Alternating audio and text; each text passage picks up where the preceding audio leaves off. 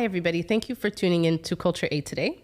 Today, we are joined by Hisham ElSaied, an award-winning global power leader in HR, renowned for his strategic acumen in driving the MENA People Strategy at H&P, which he will pronounce later on, with over 17 years of multinational HR experience across the Middle East and Africa region.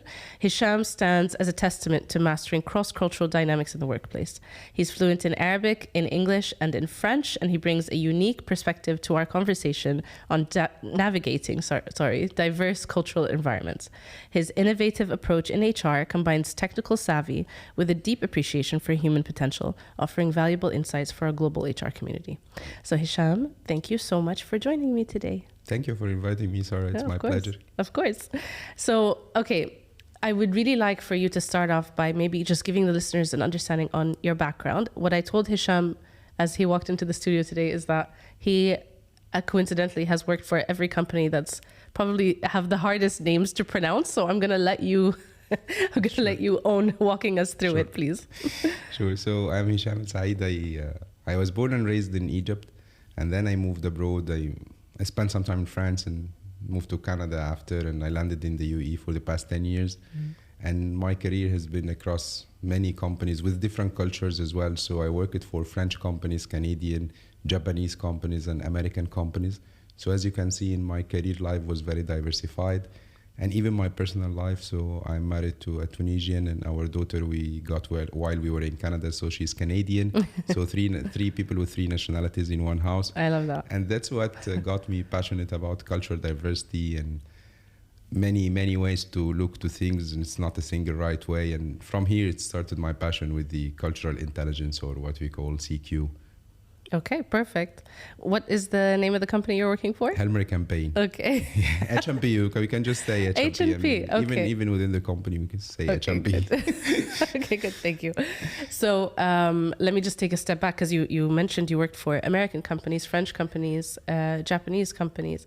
The culture within them, how they work is so different, yes. Right? I think that the pace, I'm going to say a very general statement, okay? Maybe don't hate me, all the listeners, for now, but the pace, I think, of work at like a European company tends to be a little slower than an American, which is kind of all go, right? Correct? That's correct. That's correct. The pace is different, and the way of doing things are different as well. So when you start, we are highly influenced by our cultural background, and subconsciously we make judgment based on what we know. But in most of the cases, we are not as objective as we think. So as Carl Jung once said, show me someone who think they are objective, and I will show you a human being who is fooling themselves. So we are not as objective as we think. We think that there is a right way to do things. But when you are exposed to many ways of doing the same thing, that there is no ultimate right or ultimate wrong. It's just about the cultural context, and everything is there for a reason. So these societies have adopted this culture for a reason as well. That's deeply rooted in their history and in their society. It's just different ways of doing the same thing. Are you, so in your current role, okay, you're the regional HR head for Middle East, North Africa, yes. right, at H&P. Yes. Is your role very broad across different functions within HR, or are you specifically trying to work on like culture building and trying to incorporate more of this like cross-cultural dynamics within your organization? Cross-cultural dynamics is part of my role. I oversee everything in HR, so not only cultural part, but it is important because we are a multinational company who started operations in the Middle East, and we are a US-based company. So the history of the company came with all the US operations and way of doing things in the US, and moving internationally the challenge, and that's why they are having us as a regional team who understands how things operate in the region and how to do the right thing according to the region culture and region laws, practices, and so on. This is something that I discussed on one of my previous episodes. I think the biggest mistake that some of these multinationals make is that they try and take like a plug and play approach. And then you come here, and the Middle East has so many nuances and cultural norms and habits, and the way that we operate is very, very different as people. That it's very difficult. It's kind of like a total culture shock for them. They don't understand why things are at a standstill, right? So I was also part of a regional team that had to help our global business understand like the tweaks that needed to be made to meet the market more. So we follow a philosophy called globally consistent but locally relevant. And it's easy to say but difficult to implement. So globally consistent is the values. The values are consistent. We do the right thing, innovative spirit and teamwork and actively care. These are the same across any locations. Our philosophy is the same. So when we say we provide benefits above the market, we do provide above the market, but the market is different. That's here comes the locally relevant part. So doing the right thing in Middle East is following the laws and regulations of the Middle East. So in short terms, we do a globally consistent philosophy and framework where we work within to implement practices that are locally relevant to the market where we are operating into. Yeah. And in your role now, I'm assuming you've got a team that reports into you that's based kind of across, right? Sprinkled across. So how have you, like what challenges would you say that you've faced in managing these sort of cross-cultural teams? And how have you turned, let's say, these challenges into an opportunity to move things forward or to improve on something? So most of the challenges that comes when you manage a cross-cultural teams or a diversified team somehow is that our ignorance with the cultural dimensions, how different cultures see authority, identity, time, communication, relationship building, risk tolerance. So there are cultural dimensions. And most of the cultures, they fall on a spectrum from here to there. And if we don't know this, we might fall into judgments directly that this person is X or this person is Y. But it's mainly about the culture where they operate from. But also to remember that culture is not the only aspect of the human behavior.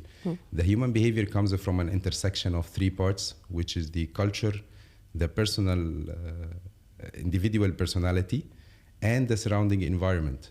So the culture is one part of it, and the personality is other part. Whether we use MBTI, Big Five, or whatever, this another aspect of how this human behave like this. And the third part is the surrounding environment. So in a workplace, this will be the corporate culture itself. In life, let me give you an example to make it very clear. So I'm from Egypt. And when I drive my car in Egypt, I won't drive it the same way I drive it in Dubai. I don't drive it the same way I drive it in Canada. And that's the surrounding environment effect. I'm the same person, same culture, same personality, but I need to adapt to the surrounding environment. So in a workplace context, this is the corporate culture. I am the same person. I have my own cultural background and things that influence me, but I also adapt to the environment around me, which is the corporate culture. And the stronger the corporate culture is, the easier for the person to adapt to it. Yeah, that's a really good point, by the way, because if you have an organization where the culture is still being built or where there's opportunity to let's say, develop it or strengthen it, then you're going to have people operating not in silo, but they're left on their own. In their own ways. Yeah, exactly. So for your teams then, what do you do with the people that report into you? Or do you actually have like a sit down with them at the beginning when you first start working, say, look, this is how I operate, this is how I work? Or do you skip that and kind of just are you receptive to how they are? Like, how does it work for you? You need to do a blend in general. You cannot take an extreme view to either part. So there is a corporate culture, there is a corporate values, and there is way where we do things here. And there are individual preferences as well. So you need to blend between both in order not to one violates the other. So if you implement, for example, a flexible working ways, flexible is from two. You have to also identify the boundaries, because for some cultures, if you do not identify the boundaries, you might find flexible that's not cooperative, or you work in times, okay, I work from 9 p.m. to 3 a.m., but no one else is working. So how can you cooperate together at that time? So you need to identify flexible working from two. This is just an example of how you identify. So it's mainly a blend between what the individual preference are and what's the corporate culture are. And this is how we work in general. And one important thing is also building the personal relationships. I know we are post-COVID and everyone is doing remote, and Teams is now the default way of having a meeting, but the personal relationship is very important. So I make sure that I travel to each and every location and meet these people and build a personal relationship outside work as well. We go for lunches, dinners. We try to know each other as humans. So I don't end up as the HR guy sitting in Dubai and this is the HR guy sitting in XYZ. We need to know who we are, who we are as people when we are dealing with each other. As you're saying things that make so much sense that you would think are very basic things, but they're not, because while you're speaking, I'm thinking through actually my own experience. And I recently had a conversation. I always talk about my husband on the podcast because it's easier for me to reference him and not anybody else. Okay, I can't get in trouble with him. I had a conversation with him because I have a certain working style, and without making myself sound negative, my working style is very like just get it done. That's how I am. When I have something to do, I want to do everything that I need to do to just get it done. Okay, it will always be prioritized, and I will utilize my working hours to prioritize my work, right? So, but people don't work like that. Some people, they're very different. So I find myself often having conversations with my direct reports where I'm like, this is how I work. This is how I'm going to be, working with you. We're going to catch up at this time. We're going to da-da-da. And my husband's like, just take a step back and understand how they want, what their preference, which is so simple. If you think it's such a simple thing to say, just wait and hold back and see how they prefer to work with you, and then find like a nice balance between. And I have to constantly remind myself of that because I'm just so eager to be like da da da da da da da, which is I think my biggest fault. I think, so it makes sense. I hear what you're saying. Okay, let's talk about success stories because I like to touch on the good and the bad. Okay, so. Do you have a specific success story where your strategies and cross-cultural awareness really impacted the dynamics of your team or like the business outcome? Yeah, so let me share a story with you that we had. I had one of my team members in one of the jobs I had that she was not participating in the meetings and she was not active. I know she's competent and she has a lot of value to add to the team. But when we were in a meeting, she rarely participated and she was always silent. And even if you try to read facial expressions, it was very neutral, what we call poker face. So you cannot know really what she's thinking of. Does she understand what we are talking about? Engaged? Is she engaged? Yeah. So if I have jumped into conclusions, I might have said, okay, she's introverted, she's shy, she's not interested, she's not engaged, she's not even competent. But I try to tackle it from the cultural point of view.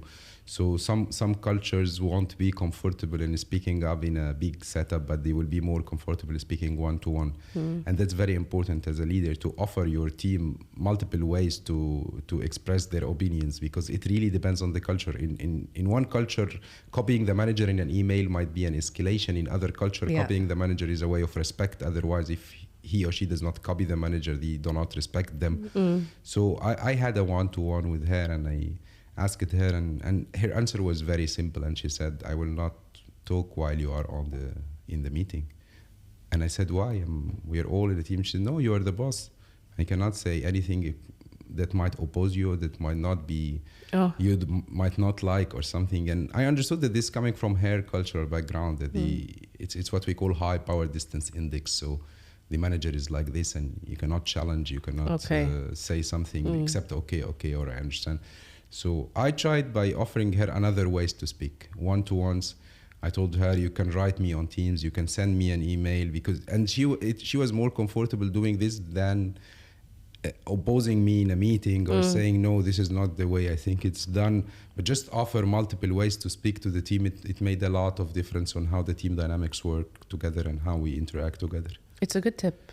It's a really good tip. Yeah, because sometimes you work with teams that are based all across and time zone differences and whatever, you kind of feel that connect is the forum.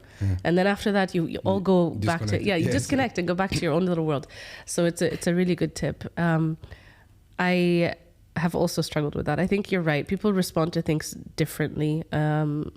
How they want to communicate also differs from person to person. Correct. Like, do they want to speak to you on the phone if they have an issue? Do they want to do it face to face? Do they want to just send you a message or an email? It all even depends. Anonymous sometimes. So when you're getting feedback, maybe if you're doing a 360 or something, it's very important to keep it anonymous as an optional because some people will like the anonymous option. Others will say, no, I want to share who I am and why I think like this. So it's always better to keep it as an option for those who don't want to share their identity somehow. I found a really big difference, like in the past when I've shifted from one organization to another. In some of the places I've worked, they encourage a culture of like challenging each other because then it helps to, be a little bit innovative about your ideas. So that was ingrained in me early on. And I've taken that from one organization to the next. And there were places that I went to where like they were shocked. The team was shocked when I would challenge them. They were completely shocked because they found it really like combative and very, like I was critiquing, And I had to really work with them side by side to say, look, I'm not just challenging you. I expect you to challenge me, actually, So like be forward. Tell me what you like, you don't like. And it took such a long time to get us to a place where they were comfortable. But there was one day I'll never forget where I sent through... I worked on a document and I like to share things just to get more eyes on it before I send it to whoever I need to send it to. So I worked on a document. I sent it to my team and I said, have a look. Let me know if you have any questions. And it was the first time I received a response with everybody in copy. And they were like, I think this part needs to be worked on. And I just thought, I was like, oh, wow. You are there. Yeah, I was like, okay, we're there now. I need to be on top of it. Yeah. So yeah, it's so funny. I've seen it time and time again. Okay. Let me think through. Okay. Based on your experiences, what strategies do you recommend that HR professionals who are striving to have like a more inclusive workplace, how do they go about it? Because inclusivity, I think every company tries to have it in some way, shape or form. Nobody really knows how to do it properly, I think. So what is your advice to strengthen it? Well, I like the way you shape the question because it's all about inclusivity. People sometimes talk about diversity, but diversity is natural. I mean, you live in the UAE, you don't. If you slept at bed, you will be diverse community. You don't need to do any effort for diversity. Because we are different as people and we are a very diverse country. So the main question is how to be more inclusive, not how to be more diverse. So inclusive is not as easy as it sounds. There are a lot of initiatives. They are good initiatives, don't get me wrong, like going for a Christmas dinner or having a Diwali celebration in the office or a company iftar, but that's not enough to make an inclusive workplace, right? You're just touching it from the surface. You need to really train managers on cultural difference. You need to train them on unconscious bias because as I said in the beginning, we think we are objective, but we are not. We are floated by our unconscious biases. So managers need to be trained. There should be policies and procedures that have zero tolerance to non-inclusive behavior. There should be, as I said, also offering the team multiple ways to speak, taking into consideration the differences in personalities, cultures, and everything when you offer a new initiatives, when you go through a change management process or a big project together, organizational restructuring, you have to take this culture aspect into the part, and it's always, or not always, most of the times it's overlooked and underestimated. So we think from the hard part of it, but we rarely think from the soft part of it. So with these initiatives, I think it's much more powerful and important than just having a Diwali office or a Diwali celebration. I saw one initiative, and this is a food for thought for everyone because it can be looked at from different angles. In one company, I saw a sign saying we speak only English in the cafeteria during lunch. So when I saw it first time, I thought this might be not inclusive as I think. So I spoke to the HR manager. She was one of my friends, and I asked her why you did this. And she had a good explanation. She told me that people group by language during lunch times and talk together, and that's not an inclusive workplace. So they gather with people that speak their mother tongue, and they group off. So she said, I want everyone to have lunch with everyone and to interact together, and that's why I put English as a language. Still, it's a dilemma. You can say it's not very inclusive, or you can say no, it's towards a better goal for inclusivity. So there's no right or wrong. Again, that's how you look into it will decide whether it's a good thing or not. When you shift roles, okay, like when you move from one organization to another, do you find yourself at the beginning like sifting through to do they have a policy? Are they inclusive? How are they doing it? Like, do you feel that you're digging for this? Yes. From the first time, from the time of the interview, I try to get some signs on how inclusive this workplace are and what is their level. And then when I dig into I apply a strategy of wait and see. So I don't jump into conclusions. I just wait and see. The culture, the artifacts of the culture are things that you can see on the surface are not everything. So when you spend more time, you will get to know the roots and how things are really done here. And that's how corporate culture is. Okay, I'm gonna give you a scenario. I want to know what your thinking is like. Okay, case study. That's good. Yeah. Okay. Say you are new to an organization and they don't have any policies around anything to do with inclusivity. Okay. But they want to build it. this is so hard to say. What would you consider quick wins? Something that you can implement fast to start to build it?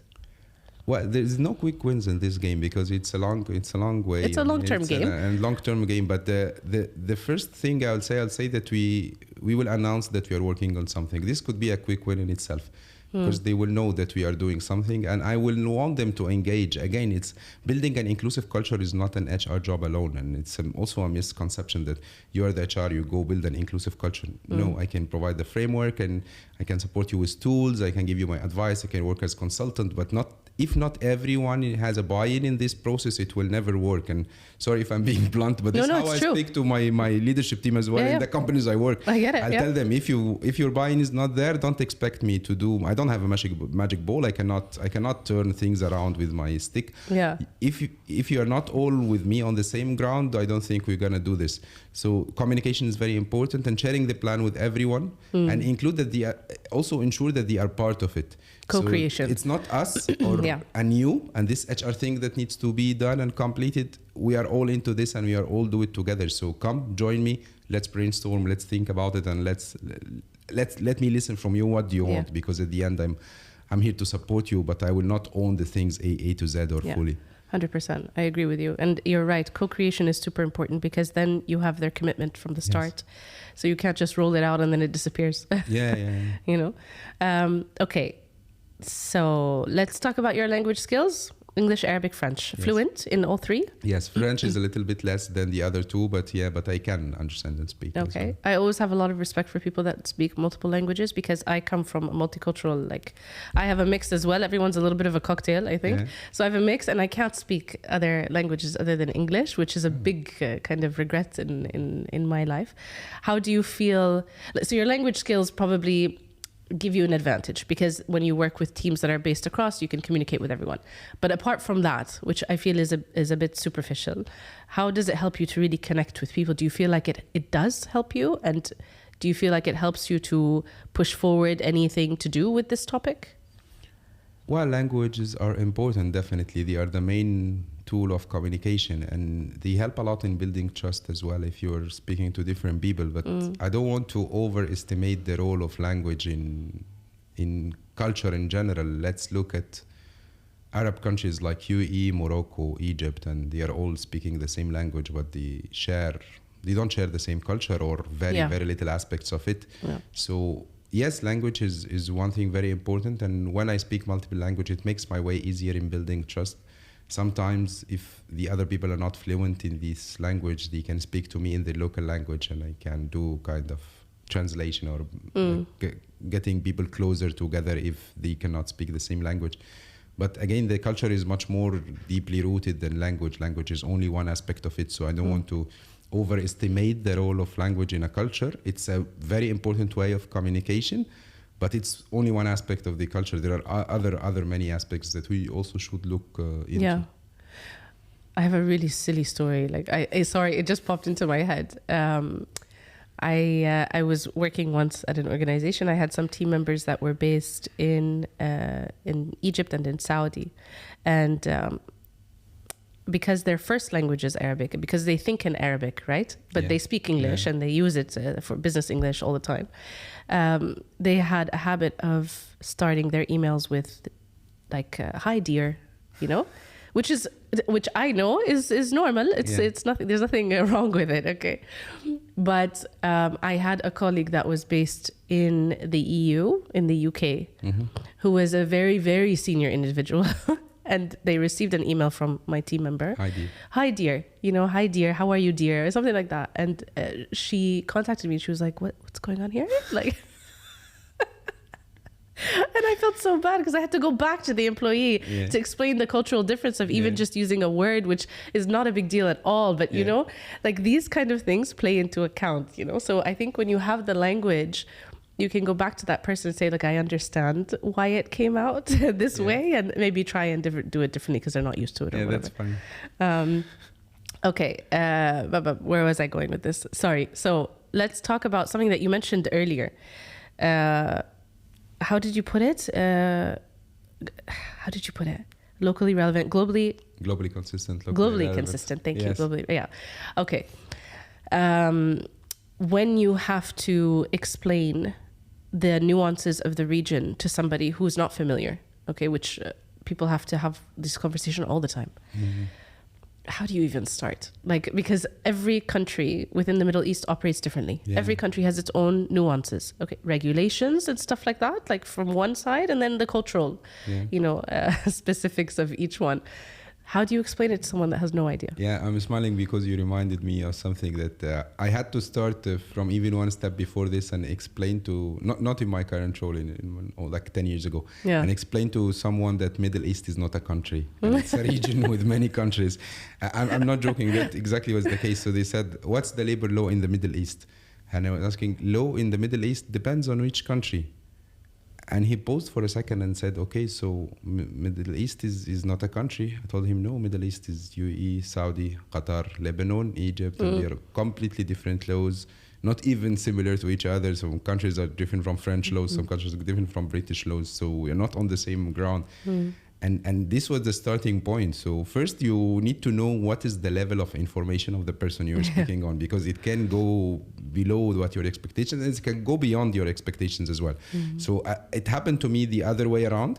I was speaking to someone and I thought that they are not from the region, so they won't probably know. And they said, okay, I spent 5 times in Riyadh, I spent 7 years in Dubai. No. So they probably know on the region as much as I know. And I didn't have to go to that basic level of showing a map and saying, hey, here's UAE, here's Saudi, and this is different countries.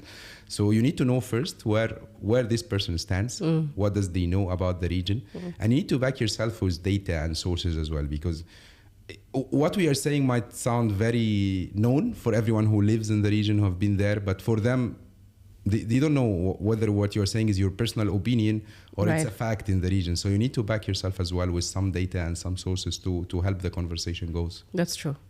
That's true. I was working on some employer branding stuff once, and there was like a talent acquisition marketing team that I was leveraging support from, who were not based in the region and didn't know anything about the region. Okay, so they were going to work with a vendor and whatever. I was trying to give them the brief of what we wanted, and we wanted some campaigns to be online and offline, to be based in Saudi, in Egypt, in the UAE, in Jordan. Okay, so you see how different these 4 countries are. And I had to explain, like, please don't use this imagery here. Yeah. You know, please don't use this character here. Like, it had to be to that extent, you know, to explain. And they had no idea. They had no idea. The second time around, which was like maybe a year and a half later, I needed to do another campaign, totally different team. Okay, everyone had kind of moved around, so the people were different. And I was gearing up to have this whole brief and explain everything from scratch. And I put so much information into a document to explain everything. And they had obviously cascaded the information, and they had, educated their teams and all of that. They had the awareness. So I got on the call ready to explain, shared my screen, had a map, all this. And they were like, Sarah, can we please just like get to the point, you know, because we know all of this. Yeah. I was like, okay. So what do you want from us? Right? Yeah, exactly. Like, can you just tell us what you need? And I'm like, I'm so sorry. And I had no idea. So you're right. Sometimes you have to kind of consider that you don't need to be the expert all the time and start from scratch, you know? And that when you talked also about the brand campaigns, and I link it to the point about the language and the difference between a language and a culture. I will not share the full story here, but I will just ask everyone who will watch us to go and Google the Electrolux campaign in the UK. Okay. And I'm not sure if you know about this one, because Electrolux, when they expanded to the UK, they have a very funny story with their brand campaign. It was still English that they used, but it caused a lot of issues. So I let everyone to go Google this and I'm going to Google it. Yes, please. I will for sure. I'm so curious. Yeah. Okay. I'm going to wrap up. I have one last question, though I feel like this, honestly, I feel like the episode flew by. Last question I ask everybody. So you probably know this already. If you could give your top piece of advice, okay, for HR professionals that are just starting off in their career, and separate to that, seasoned HR leaders, what would your top piece of advice be for each of these? Well, groups? I will start with those who are starting their careers, and I think I'm the one who should be receiving advices from them. This generation is impressive. I mean, I interact with them in the career fairs, and when I speak in universities or something, and they are really, really on a very higher level than what we used to be when we were in their age. Of course, they have the tools and they have the support to know this, but they are more courageous, they are more risk-taking, they are more open to the world, they are even more inclusive and open to ideas than we used to be. So they have the best ingredients to make the perfect dish. If I will add some spices to this or ask them to add some spices, it will be patience. They need to develop more patience, and I don't blame them at all, because they live in a world where everything is instant. Yeah. They were grown up with everything is instant messaging. And my generation was not like this. We used to wait a lot to get things done. We used to wait for a movie until 2 weeks, and when we will see it on the TV, for them everything is instant. Yeah, they don't need to wait. So the patience is not part of their DNA, and I don't blame them. But I can promise them it will be very rewarding if they add patience to the great ingredients that they have to making this dish. For the seasoned professionals, it is also they have experience, knowledge, a wealth of knowledge. They have built many things, and they have the best ingredients as well. And if I ask them to add some spices to this, it will be flexibility. They need to revisit their ideas, opinions. Sometimes they should be more open to learn from more junior colleagues, because they also have a different exposure to life than them. And as the say goes, strong opinions. Weak opinions. Strong opinions weakly held is better than weak opinions strongly held. So be prepared to revisit your ideas. Not the way you have been doing things for life might have been correct until last week or yesterday, because new developments come, and maybe you're not even aware of these developments. So just be more flexible in life. It's good advice. You are the first guest who has given this sort of advice for the fresh, the starters. Usually I get, mentorship and coaching, which is great. I mean, it works. But you're the first one who says that, and actually you make a really good point. It's true. They're on a much faster level than we ever were. Yes, they're fast-paced, but they want everything now, because they used to get everything they want on the spot. Right. But if they waited, the reward will be much more higher than they think. Yeah, 100%. Hisham, thank you so much. This Thank was you, nice. Sarah. Thank you, Sarah. Thank you so much for having me. Of course. It was a pleasure as well. I follow all of your past episodes, and I'm glad to be part of it. Thank you. Thank you so much. I'm happy that you were part of it as well. For everybody that's listening in, please like, share, and subscribe to Culture A. If you have any feedback for myself or Hisham, please contact us. And if you have any ideas on what you would like to see on the show as a topic, feel free to send that over. Thank you so much. Thank you.